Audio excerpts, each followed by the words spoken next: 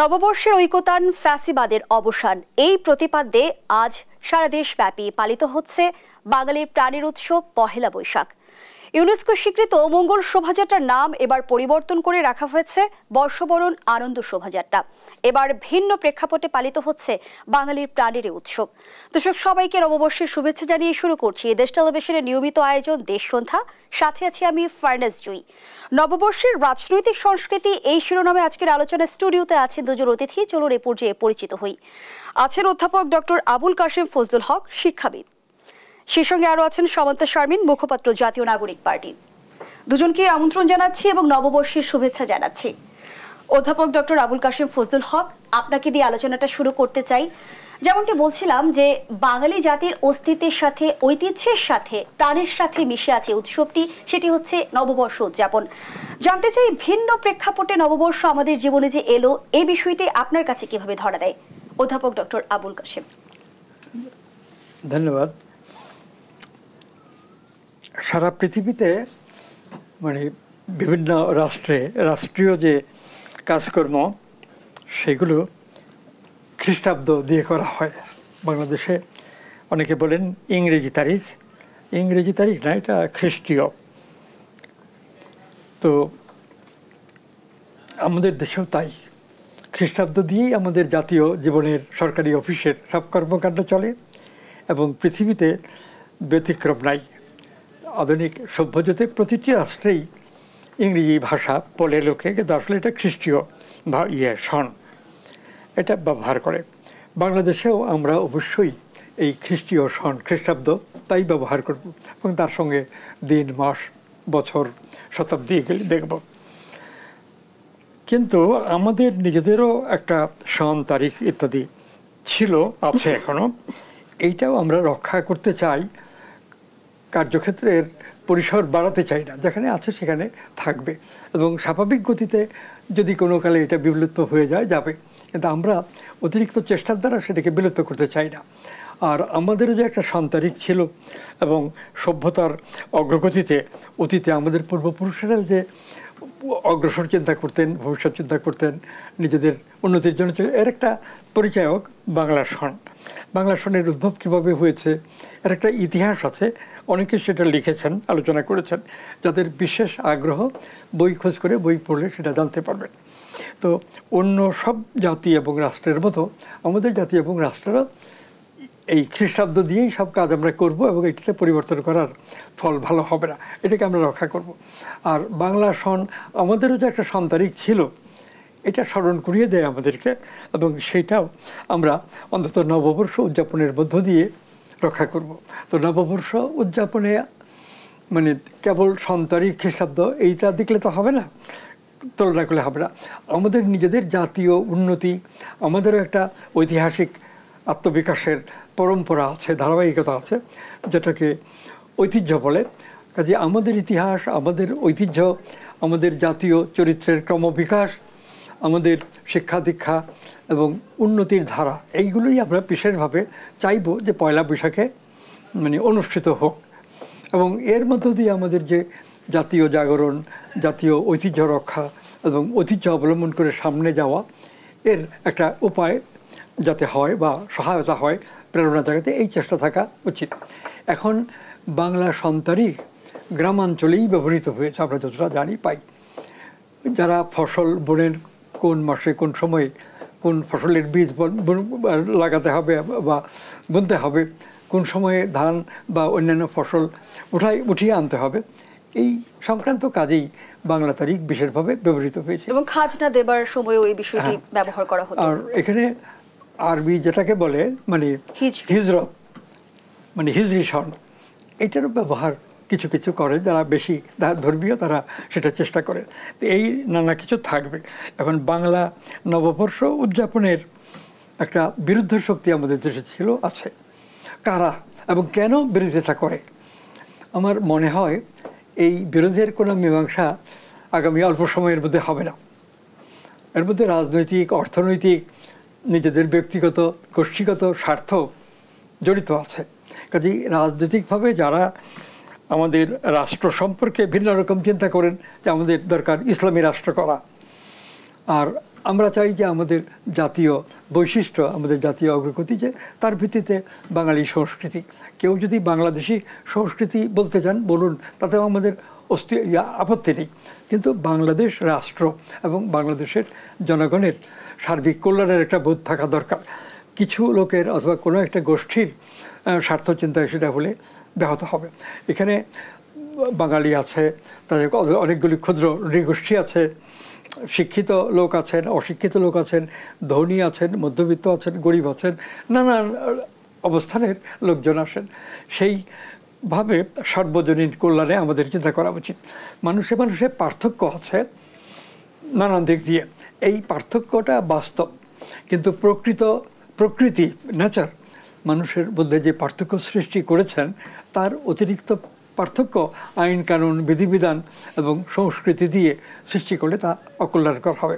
তো এইরকম দৃষ্টিভঙ্গি থেকে নববর্ষ উদযাপিত হোক, এটা আমরা চাই।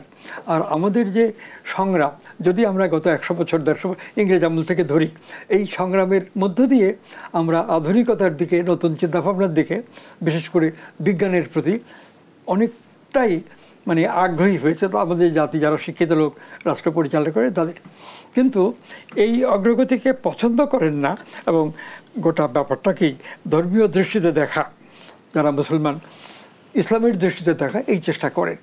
ইসলাম ধর্ম থাকবে, হিন্দু ধর্ম, বৌদ্ধ ধর্ম, নানান ধর্ম থাকবে, কিন্তু আধুনিক দৃষ্টিভঙ্গি এবং ধর্মের অগ্রগতি আর চিন্তার, মানুষের বিজ্ঞানের আবিষ্কার, উদ্ভাবনের অগ্রগতি, এর মধ্যে অনেক ব্যবধান আছে।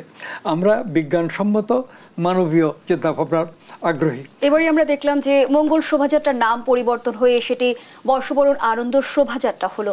এই বিষয়টি নিয়ে আপনার মূল্যায়ন জানতে চাই। এটার কারণ অস্পষ্ট না, স্পষ্ট। আমরা যখন বাঙালি সংস্কৃতি নিয়ে, পূর্ব বাংলার বাঙালি সংস্কৃতি এই নিয়ে অগ্রসর হয়েছি, তখন পাকিস্তান সরকার, বিশেষ করে মুসলিম লীগের যে কর্তৃত্ব, তারা সবসময় চেয়েছে যে মুসলমান শব্দটা রেখে মুসলমান সম্প্রদায়ের উন্নতির জন্য আমরা চিন্তা করব। কিন্তু অগ্রগতির ধারায় আমরা লক্ষ্য করলাম যে মুসলিম সংস্কৃতি কিংবা পাকিস্তানি সংস্কৃতি যেটা প্রতিষ্ঠা করার জন্য মুসলিম লীগ চেষ্টা করল, এটা সম্ভব নয়, এই চেষ্টা উচিত নয়। কারণ পশ্চিম পাকিস্তান এবং পূর্ব পাকিস্তান এর মধ্যে যে ভৌগোলিক দূরত্ব, তাছাড়াও শিক্ষা, সংস্কৃতি, সমস্ত দিক দিয়ে পূর্ব বাংলা তো অনেক এগিয়ে ছিল, শিক্ষা প্রতিষ্ঠান, শিক্ষিত লোক। পশ্চিম পাকিস্তানের প্রদেশগুলোতে সেই তুলনায় শিক্ষা দীক্ষা অনেক কিছুই একেবারে পশ্চাৎবর্তী ছিল। আর এই পশ্চিমবাংলায়ও যে এক সংস্কৃতি, জাতীয় সংস্কৃতি, তা না, কিছুটা পার্থক্য আছে। সেখানে 4টা প্রদেশ ছিল, কিন্তু পার্থক্য সত্ত্বেও যেহেতু সেই প্রদেশগুলি সন্নিহিত, পরস্পর সংলগ্ন, সেই কারণে তাদের মধ্যে চিন্তার আদান প্রদান সম্ভব হতো। বিশেষ করে পশ্চিম পাকিস্তানের প্রদেশগুলোতে কোনো একটি ভাষাও যথেষ্ট উন্নত ছিল না যে সেই ভাষার মধ্যে রাষ্ট্র পরিচালনা করবে, শিক্ষা, উচ্চশিক্ষা চালাবে, এই অবস্থা ছিল না, অনেক পশ্চাৎবর্তী ছিল। তো সেই অবস্থায় পাকিস্তানি সংস্কৃতি, উর্দু ভাষা প্রবর্তন, এই চেষ্টা তো এই পূর্ব বাংলার বা তখন পূর্ব পাকিস্তানের জনগণের মধ্যে ছিল না। বিশেষ করে যারা লেখক, শিল্পী, উচ্চশিক্ষিত লোক, বিশ্ববিদ্যালয়ের, কলেজের শিক্ষক, এমনকি স্কুলের শিক্ষক, ছাত্র ছাত্রীরা আছে, তাদের মনোভাবের মধ্যে আমরা যে ওদের থেকে আলাদা এবং আমাদের যে একটা বিশিষ্টতা আছে, আমাদের সাহিত্য এবং চিন্তাভাবনা যে অনেক উন্নত, এই বোধটা ছিল। সেই কারণে আমরা এখানে বিপুল অধিকাংশ মানুষই যারা শিক্ষিত তারা, আর তাদের প্রভাবে যারা শিক্ষাবঞ্চিত তারাও এই পাকিস্তানি সংস্কৃতি গড়ে তোলার চিন্তাকে অবাস্তব এবং অনুচিত মনে করেছে। তো এই অবস্থার মধ্যে আমাদের বাঙালি সংস্কৃতির চিন্তা নিয়ে আমাদের শেরে বাংলা একে ফজলুল হক, পরবর্তীকালে মৌলানা ভাসানী এবং আরও পরবর্তীকালে শেখ মুজিবুর রহমান, এরা নেতৃত্ব দিয়ে যে রাজনীতির ধারা সামনে এনেছেন এবং যার পরিণতিতে মুক্তিযুদ্ধ, 69-এর গণ অভ্যুত্থান, তার আগে এবং এই মুক্তিযুদ্ধের মধ্য দিয়ে স্বাধীন বাংলাদেশের প্রতিষ্ঠা, এই ধারাই আমরা চিন্তা করেছি। এই দেশের শিল্পী, সাহিত্যিক, লেখক, উচ্চশিক্ষিত লোকেরা, সেই সঙ্গে গ্রামাঞ্চলেরও যারা শিক্ষিত এবং শিক্ষাবঞ্চিত, সকলেই এরকম একটা নেতৃত্ব, এরকম একটা ধারা চিন্তার কাজের বাঙালি সংস্কৃতির কথা বলছিলেন অধ্যাপক ডক্টর আবুল কাশেম। কিন্তু বর্তমান সময়ে এই প্রজন্মের কথা যদি বলি, সেই বাঙালি সংস্কৃতি কিংবা বাঙালিয়ান আমরা কতটা ধারণ করতে পারছি, সেই আলোচনায় ফিরতে চাই পরবর্তী অংশে। এ পর্যায়ে ধন্যবাদ জানাচ্ছি আপনাকে। সামান্তা শারমিন, বলছিলাম যে গত বছরের 5 আগস্ট ছাত্র জনতার অভ্যুত্থানের রাজনৈতিক পথ পরিবর্তনের পর এটাই প্রথম নববর্ষ উদযাপন। কি কি ভিন্নতা আপনার চোখে পড়ছে? ধন্যবাদ আপনাকে, দেশ টিভির সকল দর্শককে নববর্ষের শুভেচ্ছা, সালাম এবং অভিনন্দন সবাইকে। কারণ আমরা পুরো দেশের সকল জনগণ মিলে আমরা একটি ফ্যাসিস্ট এলিমেন্টকে বিদায় করেছি এবং আমরা এখন আমাদের যে অনেক কিছু এখনো কাঠামো বদলায়নি আমরা বলছি, এখনো অনেক কিছু পরিবর্তনের বাকি আছে, আমাদের লড়াই আরো বাকি আছে, আরো সংগ্রাম বাকি আছে এবং হয়তো রাজনীতির ক্ষেত্রে অনেক পালাবদলও বাকি আছে। কিন্তু এটা সত্য যে আমাদের দেশের মানুষের একটি, আমাদের যে 12 মাসে 13 পার্বণ যেই ঐতিহ্য আছে, সংস্কৃতি আছে, আমাদের দেশের মানুষ আনন্দ আসলে উদযাপন করতে চায় এবং তাদের মধ্যে এই যে রাজনৈতিক অস্থিরতা সেটাকে তারা ভুলে গিয়ে তারা সকলের সাথে মিলে চলতে চায়। কিন্তু এটার মধ্যে দিয়ে এই যে আনন্দের যেই উদযাপনের যে উপলক্ষগুলো আমাদের সামনে আসে, এই উপলক্ষগুলো গত 15 বছর আমরা কেউ আনন্দ উদযাপন করিনি। আমরা কেউ বলতে আমরা অনেকেই ছিলাম যারা বিভিন্ন সময় ফ্যাসিস্ট বিরোধী আন্দোলনের বিভিন্ন রূপে এসেছে, বিভিন্ন ইস্যুতে এসেছে।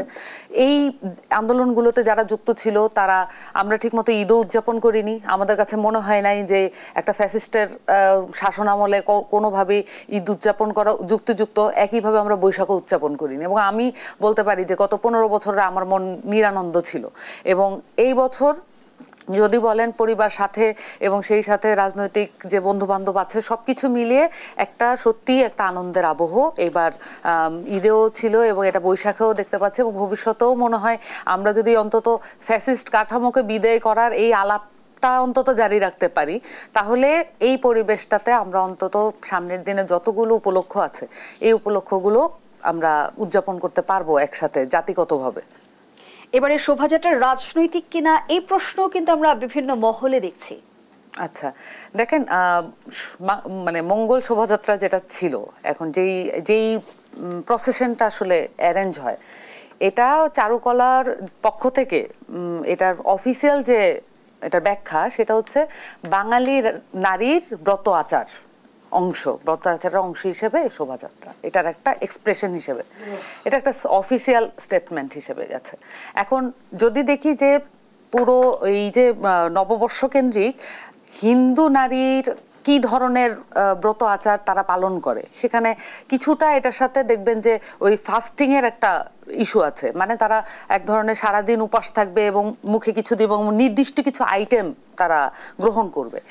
এই যে পুরো আচার অনুষ্ঠানটা আছে, এইটাকে পুরো বাঙালি নারীর ক্যারেক্টারাইজেশন হিসেবে এক ধরনের চাপিয়ে দেওয়া হয়েছে। এবং যেটা হয় যে এই প্রসেশনটা দেখবেন এবং আপনি বিশ্বের সকল দেশের প্রসেশনের সাথে আপনি তুলনা করবেন, মেক্সিকোর সাথে তুলনা করেন, ব্রাজিলের সাথে তুলনা করেন, অন্যান্য যে কোনো দেশের সাথে আপনি যদি এই ধরনের প্রসেশনকে তুলনা করেন, ইভেন যদি পলিটিক্যাল প্রসেশনও হয় সেগুলোর সাথে তুলনা করলে বাংলাদেশে মঙ্গল শোভাযাত্রা এটা যেটা হতো সেটা একটা মাঝারি মানের, আপনি বলতে পারেন মাঝারি মানের একটা এটা শোভাযাত্রা হতো। এটার সাথে ক্রিয়েটিভ যে এলিমেন্ট এবং মানুষের সৃজনশীলতাকে যুক্ত করার, মানুষের ইমাজিনারি জায়গা থেকে এটাকে দেখার, এই অ্যাস্থেটিক জায়গাগুলো কখনোই প্রস্ফুটিত হয় নাই। এবং এটা তো আসলে অপারগ, কারণ পুরো চারুকলার যে সেট আপ, এই সেট আপে আমি ছাত্রী ছিলাম বিধায় আমার কিছু অভিজ্ঞতা আছে যে এই পুরো চারুকলার সেট আপে আপনার আওয়ামী লীগের যে কাজকর্মগুলো আসতো সেইটা কেন্দ্রিক এক ধরনের বলয় তৈরি হয়েছিল। এবং যেহেতু এটা মিডিওক্রেটিক এবং মাঝারি মানের একটা অনুষ্ঠান হয় এবং এটার মধ্যে আসলে ওই যে এক ধরনের রাজনৈতিক এলিমেন্ট যুক্ত করে এটাকে মহান একটা রূপ দেওয়া হয়েছে। কিন্তু এটা মহান হয়ে উঠতো যদি এখানে যারা ইনভলভ সেই সৃজনশীলতা তারা দেখাতে পারতেন এবং সেটা যদি রাজনৈতিক প্রভাব মুক্ত এবং সত্যিকার অর্থেই বাংলাদেশের মানুষের যে আনন্দ এবং উদযাপনের যেই ধারা আছে সকলকে সাথে নিয়ে, এবং এক একটা আমাদের দেশে অনেক রকমের মানুষ আছে, এক একজনের উদযাপনের ধারা এক এক রকম, সকল ধারাকে এই শোভাযাত্রা কানেক্ট করতে পারে নাই। এবং সেটা যদি বাদও দেই, রাজনৈতিকভাবে যেই পরিমাণ টার্ময়েলের ভিতর দিয়ে বাংলাদেশের মানুষ গত 15 বছর গেছে, এই টার্ময়েল কোনোভাবেই এই শোভাযাত্রাকে টাচ করতে পারে নাই, বরঞ্চ এটা থেকে বিচ্যুত থেকেছে, এটাকে ইগনোর করেছে এবং আমরা দেখেছি ইগনোর করার সাথে সাথে আওয়ামী লীগের যে ন্যারেটিভ সেটাকে বরঞ্চ আরো ফুয়েল করে দিয়েছে অনেক ক্ষেত্রে। তাহলে এইখানে আসলে চারুকলা বলেন, এই শিল্পী গোষ্ঠীর যে বিদ্রোহী মনোভাব থাকার কথা, সেই বিদ্রোহী মনোভাব আসলে আওয়ামী লীগ প্রশমিত করতে পেরেছিল। এখন আমাদের সুযোগ এসেছে, আমাদের যেই নানান ধরনের আনন্দ উদযাপন করার যে ধারাগুলো আছে, এগুলো এই শোভাযাত্রার সাথে, নববর্ষের সাথে আমাদের আরো ইতিহাস ফিরে দেখার ব্যাপার আছে। ইতিহাসে যেই আমাদের পূর্বসূরীরা যে ধরনের আনন্দ উদযাপন করেছেন, সেগুলোকে আমরা রিভিজিট করতে পারি এবং সেগুলো নিয়ে আরো কাজ হতে পারে। সেই শিল্প সত্তার স্বাধীনতা ছিল না, স্বাধীনতা যেভাবে আওয়ামী লীগ বলেছে সেইভাবে ছিল, যেভাবে আওয়ামী লীগ বলবে সেইভাবেই যদি শিল্পী তার মতো করে কাজ করে, তাহলে আওয়ামী লীগের মতো করে সে চলতে পারবে এবং তার ভালো ব্যবস্থা থাকবে, তার ইনকাম থাকবে, সে ভালো কাজ পাবে। এবং আপনারা দেখেছেন যে জনগণের টাকা দিয়ে কি পরিমাণে এখানে বিভিন্ন ধরনের মুরাল, ভাস্কর্য এবং মানে একই ধরনের ভাস্কর্য বারবার, মনে হয় যেন আমাদের শুধুমাত্র আমাদের এত গ্লোরিয়াস ইতিহাসকে একদমই খণ্ডাংশ ওই শুধুমাত্র অতটুকুতেই সীমাবদ্ধ করে ফেলা হয়েছিল। এবং এইটা সীমাবদ্ধকরণের প্রক্রিয়াতে ব্যবহার করা হয়েছে পুরো রাষ্ট্রযন্ত্র, রাষ্ট্রের যত এই যে আমরা যে ট্যাক্স দিচ্ছি, এই ট্যাক্সের টাকাগুলো তারা শুধুমাত্র একটা অংশকেই, শুধুমাত্র মুজিবের ভাস্কর্যই বানাতে হবে, শুধুমাত্র মুক্তিযুদ্ধের মুরালি বানাতে হবে, অ্যাজ ইফ যে আমাদের আর কোনো ধরনের মানে ঐতিহ্য নাই, আমাদের কোনো ধরনের সাংস্কৃতিক আর কোনো ধরনের ধারা নাই। এগুলো এমনভাবে করা হয়েছে যে এককেন্দ্রিক, সবকিছু এককেন্দ্রিক, সবাইকে সাথে নিয়ে সকল মানুষকে ইনক্লুড করার জন্য এই জায়গাগুলো ছিল না আসলে আওয়ামী লীগের মধ্যে। গণঅভ্যুত্থানের মধ্য দিয়ে আমরা দেখেছি যে ফ্যাসিবাদী সরকারের পতন হয়েছে, কিন্তু ফ্যাসিবাদের অবসানকে আমরা ঘটাতে পেরেছি। সে আলোচনায় ফিরতে চাই সামন্ত সার্বিক বিরতির পর। দর্শক, দেশ সন্ধ্যার এই পর্যায়ে একটা বিরতি নিচ্ছি, সাথেই থাকুন। ফিরে এলাম, আপনারা দেখছেন দেশ টেলিভিশনের নিয়মিত আয়োজন দেশ সন্ধ্যা। আমরা আবারও ফিরছি আলোচনায়। সামন্ত সার্বিক যে আলোচনায় আমরা ছিলাম, বলছিলাম যে গণঅভ্যুত্থানের মধ্য দিয়ে ফ্যাসিবাদী সরকারের পতন হলো, কিন্তু ফ্যাসিবাদের অবসান হলো কি? না, অবশ্যই না। আমরা তো বারবার বলেছি যে এখানে ফ্যাসিবাদী কাঠামোটা যদি বিলোপ করা না যায়, বেসিক্যালি এখানে কোনো কিছুরই পরিবর্তন ঘটবে না। খুব ভালো মানুষ দিয়ে আপনি সরকার চালাবেন, ভালো মানুষকে তার পরিবার দেখে, তার পেশা সবকিছু ক্লিন আছে কিনা, তার ব্যাংক স্টেটমেন্ট দেখে আপনি তাকে বসাবেন, কিন্তু কাঠামোটা যদি ফ্যাসিস্টকে একনলেজ করার মতো হয়, কাঠামো হয়, তাহলে ওখানে পৃথিবীর সবচেয়ে ভালো মানুষটি বসিয়ে দিলেও কোনো লাভ হবে না। এটা হচ্ছে সুযোগের অভাবে সৎ একটা অবস্থায় থাকবে আর কি। কিন্তু যখনই সুযোগটা পাওয়া যাবে তখনই হচ্ছে সে কাঠামোকে ব্যবহার করতে পারবে। এখন যেই পরিস্থিতির মধ্যে বাংলাদেশ আছে, এইটাকে আমূল পরিবর্তনের আকাঙ্ক্ষা এটার মধ্যে আছে। এখন আমূল পরিবর্তন আমরা দেরি করতে পারি, এমন হতে পারে যে এখন আমরা সকলে মিলে পারলাম না, কিন্তু তার মানে এই না যে এটার প্রয়োজনীয়তা ফুরিয়ে যাবে। এটার প্রয়োজনীয়তা অভ্যুত্থানের মধ্য দিয়ে উৎসারিত হয়েছে। এটা 90-এর সময় এটা কিন্তু মানুষ বলেছে যে এইটার কাঠামো পরিবর্তনের কথা বলেছে। সেই সময় যেই পলিটিক্যাল পরিস্থিতি ছিল সেটা মিলিয়ে একটা রূপরেখা তৈরি করা হয়েছে। সেটা গণতান্ত্রিক উপায়ে তৈরি করা হয়েছিল, কিন্তু সেটাকে তো ক্রস করা হয়েছে। গণতান্ত্রিক বলে নিজেদেরকে দাবি করে এমন দলগুলোই সেটা ক্রস করেছে, সেটাকে মানেনি।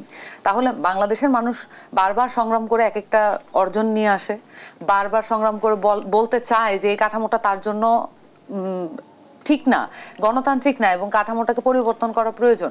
এই জিনিসগুলো বারবার বাংলাদেশের মানুষ বলে, কিন্তু তারপরও দেখা যায় যে কাঠামো পরিবর্তনের জন্য যখন সবাই মিলে চেষ্টা করার প্রয়োজন, তখন হচ্ছে অনেকগুলো পক্ষ পিছিয়ে আসবে।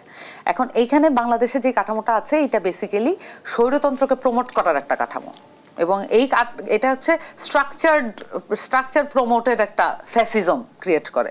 এবং এই কাঠামো দিয়ে আপনি এখানে যেই বসাক, আপনি বিএনপিকে বসান, আপনি জামাতকে বসান, এনসিপিকে বসান, ডাজন্ট ম্যাটার, এইটা ফ্যাসিজমকেই আসলে বারবার ক্রিয়েট করবে। এটাকে পুরো স্ট্রাকচারটা, রাষ্ট্রকে গড়ে তোলার জন্য, রাষ্ট্রকে পুনর্গঠন করার জন্য পুরো স্ট্রাকচারটা পরিবর্তনের প্রয়োজন। এখন আপনি কাঠামো পরিবর্তনের কথা বলছিলেন, স্ট্রাকচার পুরোপুরি পরিবর্তনের কথা বলছেন, সেই বাস্তবতায় দাঁড়িয়ে আবার এনসিপি কিন্তু নতুন রাজনৈতিক বন্দোবস্তের কথা বলছে, কিন্তু বাস্তবতা যদি আমরা তুলে ধরি আমরা দেখছি যে তারাও আসলে চিরাচরিত সেই রাজনীতির সংস্কৃতিতেই মিশে যাচ্ছে। সেটি আসলে রাজনীতির সংস্কৃতিতে কি পরিবর্তনটা দরকার?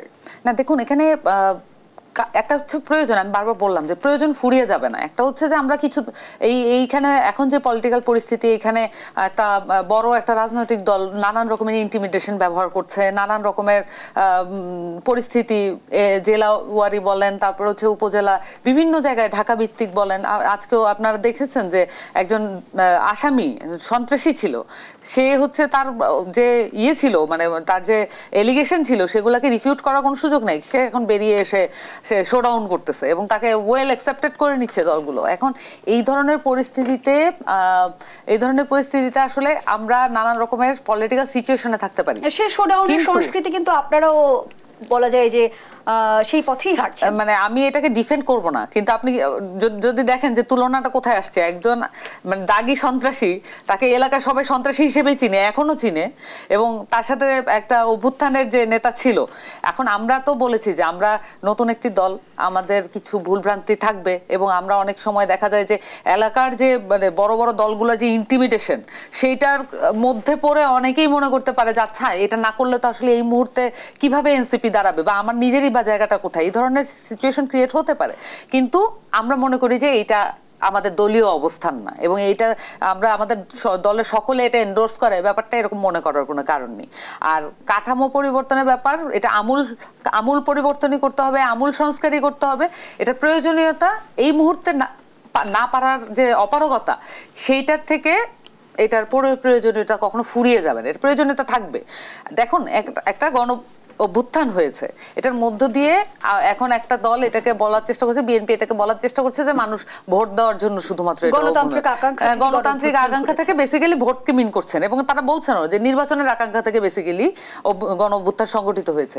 এটা তো না, এখন এটাকে আমরা বিভিন্নভাবে বোঝানোর চেষ্টা করছি বিএনপির, কিন্তু বিষয়টা হচ্ছে যে এই যে গণ অভ্যুত্থানের আকাঙ্ক্ষা, এটার যে বিপ্লবে পরিণত হওয়ার বা হচ্ছে ওই যে পুরো কাঠামো পরিবর্তন করার তার যে আকাঙ্ক্ষা, সেইটা এটার মধ্যে রয়ে গেছে।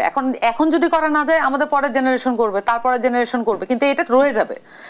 পুরো বাংলাদেশের পুরো স্টেটটাকে রিফর্ম না করার প্রয়োজন, এই পুরো কাঠামোটাকে পরিবর্তন করার আগ পর্যন্ত সবসময় এই ধরনের অভ্যুত্থান, সবসময় এই ধরনের বিপ্লবের পরিস্থিতি বাংলাদেশে থাকবে। এখন প্রশ্ন হচ্ছে যে বাংলাদেশের যে রাজনৈতিক বলয় আছে, বাংলাদেশের রাজনৈতিক দল আছে, তারা আসলে এখনই এটার বড় একটা পরিবর্তন করে তারপরে একটা শান্তিপূর্ণ সহাবস্থানের মাধ্যমে ডেমোক্রেটিক সিস্টেমে এটাকে পরিবর্তন করার উদ্যোগ নিবেন, নাকি এই সবসময় গণ অভ্যুত্থান হয়ে গেল, কোনো একটা সরকারের বিপক্ষে মানুষ দাঁড়িয়ে যাবে, এই যে আশঙ্কা, এই আশঙ্কার মধ্যেই তারা সরকার চালাতে চান, এটা আসলে সিদ্ধান্ত নেওয়ার ব্যাপার।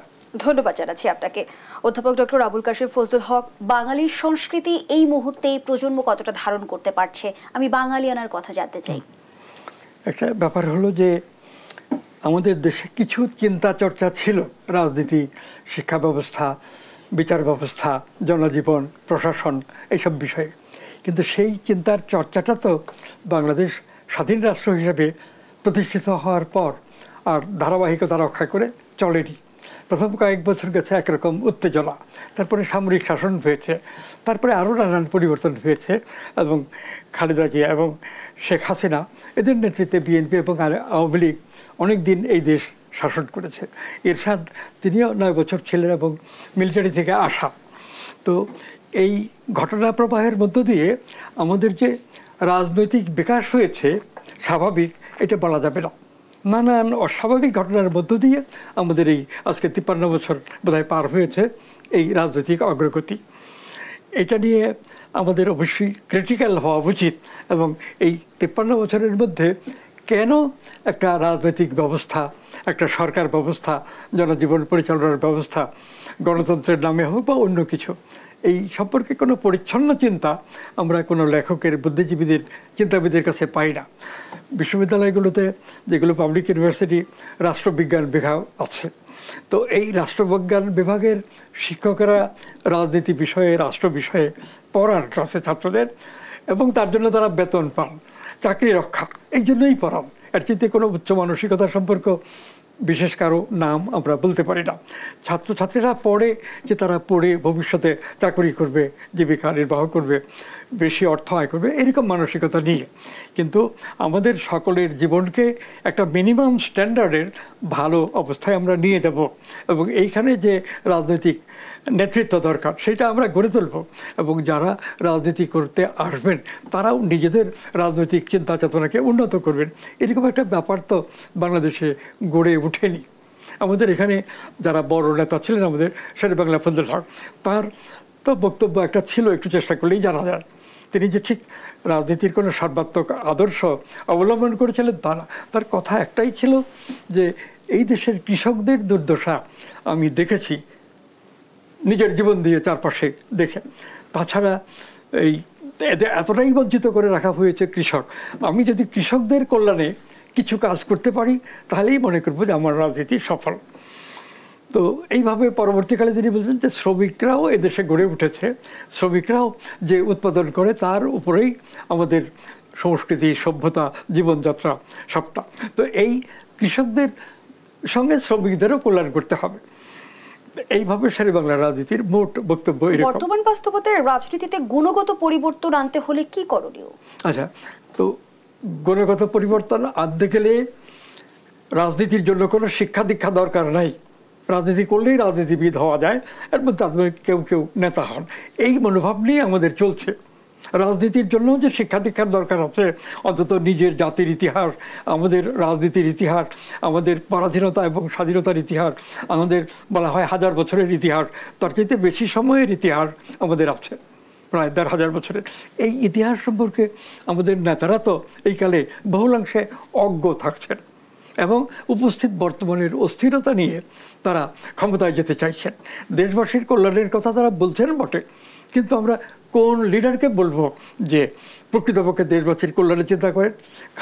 শেখ হাসিনা তো একটানা 15 বছর ক্ষমতাসীন ছিলেন, তার আগে আরও 5 বছর ছিলেন, 15 আর 5 20 বছর ক্ষমতাসীন ছিলেন এবং শেষ দিকটায় তো প্রায় একচ্ছত্র ক্ষমতা নিয়েছিলেন।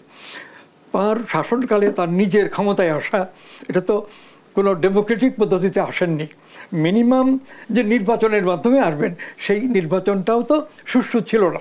আমাদের রাজনৈতিক দলগুলো প্রায়ই গণতন্ত্রের কথা বলে, কিন্তু গণতন্ত্রের ধারে কাছে কোনো নেতা আমাদের ছিলেন না। আসলে কোথায়? কেন গণতান্ত্রিক রাজনৈতিক দল হিসেবে যাত্রা শুরু করে একসময় স্বৈরতান্ত্রিক কিংবা একনায়কতন্ত্র প্রতিষ্ঠা করে? অধ্যাপক ডক্টর আবুল কাশেম ফজলুল হক, এই আলোচনায় আমরা ফিরবো, আবারও বিরতির সময় হয়েছে। দর্শক, দেশসন্ধ্যার এই পর্যায়ে আবারও বিরতিতে যাচ্ছি, সাথেই থাকুন। আবার আমন্ত্রণ, আপনারা দেখছেন দেশ টেলিভিশনের নিয়মিত আয়োজন দেশ সন্ধ্যা। আমরা আবারও ফিরছি আলোচনায়। অধ্যাপক ডক্টর আবুল কাশেম ফজলুল হক, যে আলোচনায় আমরা ছিলাম, আমাদের গণতন্ত্রের চর্চায় আসলে ত্রুটিটা কোথায়? কেন গণতান্ত্রিক রাজনৈতিক দলগুলো একসময় যে স্বৈরাচার হয়ে ওঠে কিংবা একনায়কতন্ত্র কায়েম করে? একটা হলো যে আমাদের বলা হয় 1000 বছরের ইতিহাস আছে, আমার ধারণা আরও বেশি সময়ের ধারাবাহিক ইতিহাস আমরা পাই, প্রায় 1500 বছরের। এর মধ্যে তো এই দেশের লোকেরা, বাঙালি যদি বলি, বাংলাভাষী অঞ্চলে, তারা তো নিজেদের শাসনের মধ্যে ছিল না। পাল রাজারা এখানে কয়েকশো বছর রাজত্ব করেছেন। এরা তো অন্য জায়গা থেকে, দক্ষিণ ভারত থেকে এসে এই বাংলা ভাষার অঞ্চলে রাজত্ব প্রতিষ্ঠা করেছিলেন। সেন রাজারা, তারাও এইখানকার লোক না, দক্ষিণ ভারত থেকে এসে এখানে রাজত্ব করেছেন। তারপরে তুর্কি, পাঠান, মোগলরা শাসন করেছেন, মুসলিম শাসন বলা হয়। এরাও তো এই দেশের লোক না, মধ্যপ্রাচ্যের নানান জায়গা থেকে এসে এখানে রাজত্ব প্রতিষ্ঠা করেছেন। এরপরে আসলো এই কী বলে, মুর্শিদাবাদ থেকে মির্জাফর, রবার্ট ক্লাইভ, এদের দিয়ে প্রতিষ্ঠিত হলো ইংরেজ শাসন। প্রায় 100-200 বছর, 190 বছর ইংরেজরা শাসন করেছে। তো এই পুরো ঐতিহাসিক কালব্যাপী নিজেদের শাসক যদি আমরা খুঁজি, তাহলে দেখি দিনাজপুর এলাকায় গণেশ নামে একজন রাজা, গণেশ নামে বইতে লেখা হয়, তিনি 15-20 বছর রাজত্ব করেছিলেন। তারপরে তার ছেলে যদু, তিনিও বছর 15 বা 20 রাজত্ব করেছিলেন এবং যদু দেখলেন যে সব দিকে তো মুসলমানদের কর্তৃত্ব, মুসলমানরা সেই দিল্লি, আগ্রা, সেইখানেও আমাদের এখানেও মুসলমানদের ঠেকানো যাবে না। তখন যদু নিজেও মুসলমান হয়ে গেলেন। তারপরে বেশি দিন রাজত্ব করার সুযোগ হয় না, অথবা বেশি দিন বেঁচে ছিলেন। এর বাইরে তো সেই ইংরেজ শাসনের আগে যদি আমরা অন্তত 1000 বছরের ইতিহাস খুঁজি, সেখানে বাঙালি রাজা কোনো দিক দিয়ে একটা রাষ্ট্র চালাচ্ছে, রাজ্য গড়ে তুলছে, এটা পাই না। তো এই কথাগুলো অনেকেই জানেন কিন্তু বলতে চান না। কেন? তাহলে তো আমাদের দেশবাসীর মনোভাব আরও একটা ইনফিরিয়রিটি কমপ্লেক্স ছিল মনে ভুগবে যে আমরা তো তাহলে পারবো না। আমাদের পূর্বপুরুষরা যদি স্বাধীনতা এবং রাজনৈতিক মানে যে শাসন পদ্ধতি এইগুলো একেবারেই প্রতিষ্ঠিত না করে থাকে, তাহলে আমরা নতুন করে কি পারবো? একটা সেন্স অফ ইনফিরিয়রিটি দেখা দেয়। তো সেইটাতে আমরা ভুগছি। এইখানে যে গণতন্ত্রের কথা বলা হয়, আজকে গোটা পৃথিবীতেই গণতন্ত্রের সম্পর্ক ধারণা সীমাবদ্ধ করে ফেলেছে কেবল নির্বাচনের মাধ্যমে সরকার গঠন এবং নির্বাচিত সরকারের বিরুদ্ধে দেশ পরিচালনা। গণতন্ত্রের গভীরতার কোনো অর্থ এখন আর কারোর কাছে নেই। গণতন্ত্র কথাটা আমি লক্ষ্য করেছি, শুনেছি যে একমাত্র শেখ মুজিব সবচেয়ে বেশি বলেছেন। এবং পাকিস্তানকালে একটা ছিল স্টেট সিকিউরিটি অ্যাক্ট, এ নামে একটা ধারা কনস্টিটিউশনে, যে যদি সরকার কোনো ব্যক্তিকে রাষ্ট্রদ্রোহিতামূলক কাজ করেছে এরকম মনে করেন, তাহলে যে কাউকে বিনা বিচারে আটক রাখতে পারবেন জেলখানায়, শুধু দেশদ্রোহিতার অভিযোগে। তো এই আইনে শেখ মুজিব নিজে বারবার জেল খেটেছেন, আরও অনেকে জেল খেটেছেন। তো যখন ৭২-এর নতুন সংবিধান করা হয়, তখন এই ধরনের কোনো ক্লজ, এই ধরনের কোনো বক্তব্য কনস্টিটিউশনে রাখতে তিনি নিষেধ করেন এবং সেটা রাখা হয়নি। কিন্তু যখন তিনি ক্ষমতায় আসলেন, তখন প্রথম একটা অ্যামেন্ডমেন্ট হলো ছিটমহল, ভারতের সঙ্গে যে সীমানা সংক্রান্ত প্রবলেম, এটা সমাধানের জন্য। তো সেটা একটা ভালো বিধি, যেটা পরে কার্যকর হয়েছে, ছিটমহল সমস্যার সমাধান হয়েছে। কিন্তু যে গণতন্ত্রের কথা শেখ মুজিব সবচেয়ে বেশি বলেছেন, আমি যতটা শুনেছি এবং অন্যভাবেও জেনেছি, সেই শেখ মুজিব ক্ষমতায় যে ক্লজটার কথা বললাম, যে স্টেট সিকিউরিটি অ্যাক্ট, এই ধরনের কোনো আইন রাখা যাবে না। কিন্তু ক্ষমতায় আসার পরে দ্বিতীয় সংশোধনীই তো স্টেট সিকিউরিটির মতো অ্যাক্টের মতো একটা আইন, যে বিনা বিচারে আটক রাখা যাবে যদি সরকার কাউকে দেশদ্রোহী মনে করে। তো এই আইনের দ্বারা যারা শেখ মুজিবের শাসনের বিরোধী ছিলেন, সমালোচক, তাদের অনেককেই কারাগারে বন্দী রেখেছেন। পরবর্তীকালে শেখ হাসিনা ক্ষমতাসীন হয়ে একটানা 15 বছর ছিলেন, তার আগেও 5 বছর ছিলেন। তো শেখ হাসিনার আমলেও তো বিএনপির লোকদেরকে জঘন্যভাবে মিথ্যা অভিযোগ দিয়ে ক্রমাগত কারাগারে এবং আরও কারাগারে নিয়েছেন। এটা তার দীর্ঘদিন ক্ষমতায় থাকার একটা পন্থা। তাছাড়া এই যে মানে কী বলে, গুম করেছে অনেক লোককে উধাও করেছে, হত্যা করেছে, এইগুলোর তো কোনো হিসাব কিতাব কেউ করেন না। খোঁজ করলে দেখা যাবে যে এর সংখ্যাও কম না। তারপরে যে বলা হয় আয়নাঘর, তারপরে টর্চার সেন্টার ইত্যাদিতে মানুষকে এইভাবে নির্যাতন করেছে শেখ হাসিনা নিজের কর্তৃত্ব এবং শাসন বজায় রাখার জন্য। এগুলোও তো একটা তুলনাহীন মানবতা বিরোধী অপরাধ। তো এইগুলো আমাদের দুঃখজনক অভিজ্ঞতা শুধু আসছে। কিন্তু সামরিক শাসনে যারা আসছেন তারা তো রাজনীতির বাইরে ছিলেন এবং সেনাবাহিনীতে থাকার পরে একটা ডিসিপ্লিন এর মধ্য দিয়ে তাদেরকে যেতে হয়েছে, কঠোর ডিসিপ্লিন। তো তারা ক্ষমতায় আসলে পাকিস্তানকালেও দেখেছি আইয়ুব খানের আমলে তারা কিছু ডেভেলপমেন্টের কাজ ভালোভাবেই করেন। আমাদের ঢাকা শহর যে এতটা এক্সপান্ড হলো, এটা গত 20-25 বছরের মধ্যে হয়েছে। কিন্তু তার আগে যেটুকু হয়েছে দেখা যাবে যে সবটাই তো আইয়ুব শাসনে হয়েছে, মিলিটারি, যার বিরুদ্ধে আমরা অনেক আন্দোলন করেছি, সংগ্রাম করেছি। তো এই যে রাজনৈতিক শক্তি পেরে ওঠে না, এটা আমাদের জাতীয় জীবনের একটা বড় ট্র্যাজেডি। এবং যে অবস্থা এখন চলছে, আগামীতে কি হবে কি না হবে এটা বলা মুশকিল। শেখ হাসিনা ক্ষমতাসীন থাকাকালে একটা আইন ৫০ সংশোধনে যুক্ত করেছেন যে কোনো ব্যক্তি অথবা গ্রুপ অফ পিপল যদি অবৈধ উপায়ে ক্ষমতা দখল করে, বিশেষ করে সেনাবাহিনী থেকে এসে, তাহলে পরবর্তীকালে কোনো পার্লামেন্টে তাদের করা আইন বিধি কার্যক্রম এটাকে বৈধ করা যাবে না এবং তাদের ক্যাপিটাল পানিশমেন্ট হবে, অর্থাৎ প্রাণদণ্ড হবে।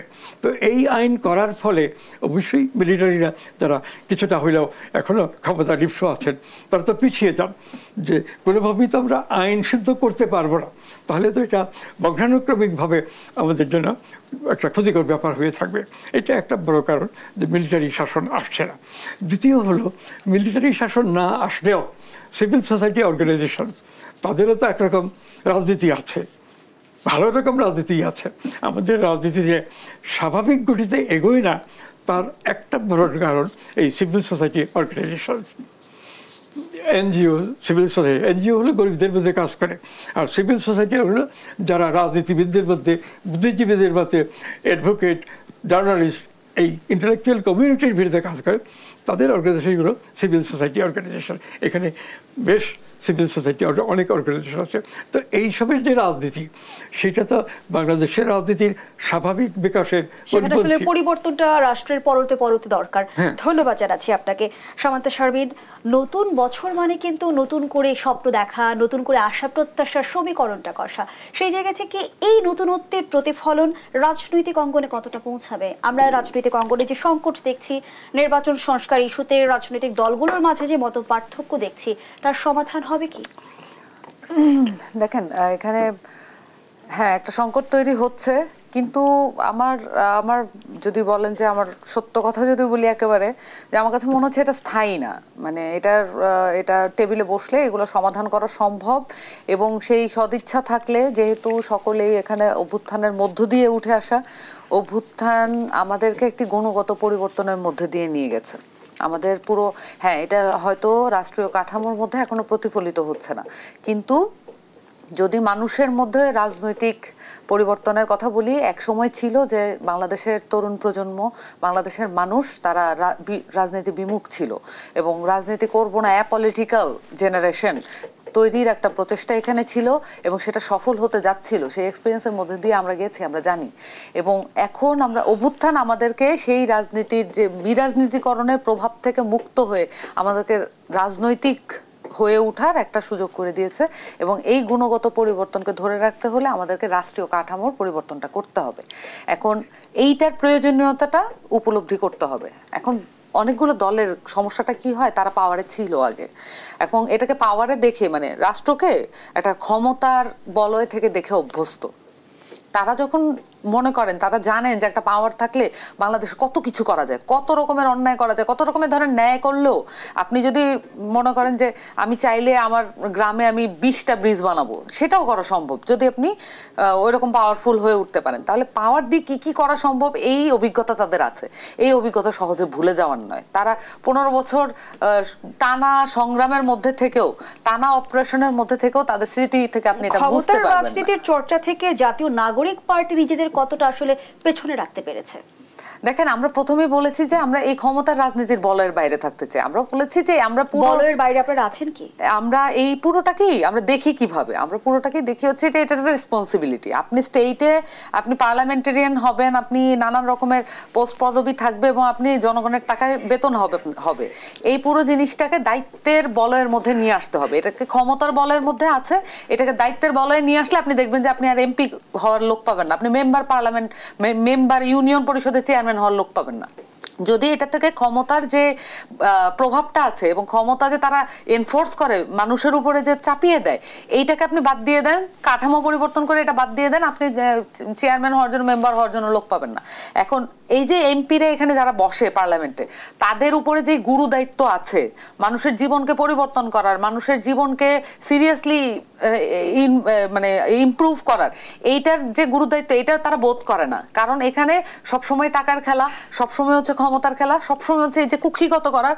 এখন শুধুমাত্র আমরা বলছি যে প্রধানমন্ত্রীর কাছে সকল ক্ষমতা কুক্ষিগত হয় এবং পুঞ্জীভূত হয়। এই ক্ষমতা তো শুধুমাত্র প্রধানমন্ত্রীর কাছে থাকে না, এটা তো প্রত্যেকটা লেয়ারে লেয়ারে এটা অনেকের কাছে এই ক্ষমতাগুলো থাকে। এই ক্ষমতাগুলোই মিলে তারা সবাই মিলে প্রধানমন্ত্রী এবং দলীয় প্রধান তাদের কাছে গিয়ে জমা দেয়। সুতরাং এক জায়গায় গিয়ে জমা হয়। তাহলে এই জায়গাগুলো যদি আমরা ডিসেন্ট্রালাইজ করতে পারি, আপনি একটা জিনিস দেখেন, আমি আপনাকে বলি যে একই মানুষ প্রধানমন্ত্রী, দলীয় প্রধান এবং হচ্ছে নির্বাহী বিভাগের প্রধান, এইটা আপনি মানে আইনসভার প্রধান, এই জিনিসটা বাদ দিয়ে দেন, তিনজন লোক হবে, এইটা করেন। বিএনপি কিন্তু এগ্রি করছে না। এটা যদি করেন তাহলে দেখবেন যে অনেক পাওয়ার ডিসেন্ট্রালাইজ হয়ে গেছে। এটাতে কেন এগ্রি করছে? বর্তমান বাস্তবতায় এনসিপির বিরুদ্ধে সুস্পষ্ট যে অভিযোগ যে ক্ষমতার বলয়ে আসলে ক্ষমতার সকল সুবিধা আপনারা ভোগ করছেন, আসলেই কি তাই? আমি একটু সুনির্দিষ্ট করে জানতে চাই কোন ধরনের অভিযোগ।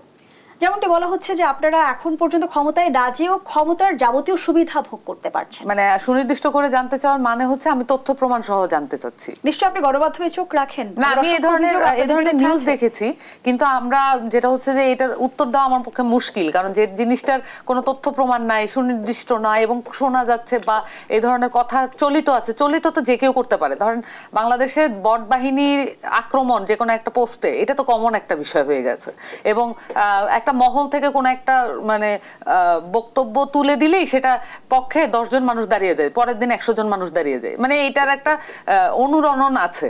তাইলে এই ধরনের মানে সুনির্দিষ্ট নয় এমন বক্তব্য থেকে আমার মতো দায়িত্বশীল পদে থেকে আসলে আমি এটার পক্ষে কোনো সচিবালয়ের সব জায়গায় জাতীয় নাগরিক পার্টি নেতাকর্মীদের বিচরণ, এইটা আমরা বরঞ্চ আমরা আসলে যদি আমি এটা বলতে চাইনি, যদি বললি যে আসলে এটা আমি বিএনপির পক্ষ থেকে দেখেছি, আমি বিএনপির নেতাকর্মীদের ব্যাপারে এবং তাদের বলয়ের লোকজন সচিবালয়, তাদের তো আসলে বললাম না, তাদের তো অভিজ্ঞতা আছে, স্টেট মেকানিজম কিভাবে চলে এবং সেখানে কিভাবে ইনফ্লুয়েন্স করতে হয় অভিজ্ঞতা তাদের আছে, বরঞ্চ বেশিরভাগ তাদের দখলে। এবং এর আগে একটা চার্ট প্রকাশ হয়েছিল আপনার যদি মনে থেকে থাকে, বাংলাদেশে যতজন ভিসি নিয়োগ হয়েছে তারা আসলে কোন পন্থী, এবং সেটা আসলে সবই বিএনপি পন্থী, এরকম একটা পেপার দেখেছি। এটা সত্যতা সম্পর্কে আপনারা একটু যাচাই করে নেবেন। বেশিরভাগ বাংলাদেশের ভিসি যারা বিশ্ববিদ্যালয়ে নিয়োগ পেয়েছেন তারা সবই বিএনপি পন্থী, প্রায় বেশিরভাগ। এখন এখানে জামাতেরও যেহেতু তাদেরও ওই যে 4 দলীয় জোটে থাকাকালীন তাদেরও ক্ষমতার কাছাকাছি থাকা হয়েছে, তাদেরও কিছু অভিজ্ঞতা আছে, আমাদের তো কোনো অভিজ্ঞতা নেই। আমরা এগুলো আসলে অনেকটাই আমাদের জন্য নতুন, এবং আমরা আসলে বেসিক্যালি এই জিনিসটা চেঞ্জ করতে চাই, সো এটার ভিতরে যাওয়ার কোনো প্রশ্ন আসে না। দুজনকে অসংখ্য ধন্যবাদ জানাচ্ছি, শেষকের অবশ্যই শুভেচ্ছা জানাচ্ছি আবারও। দর্শক, এখানেই শেষ করছি দেশবন্ধুর আজকের আয়োজন। ধন্যবাদ এতক্ষণ আমাদের সাথে থাকার জন্য।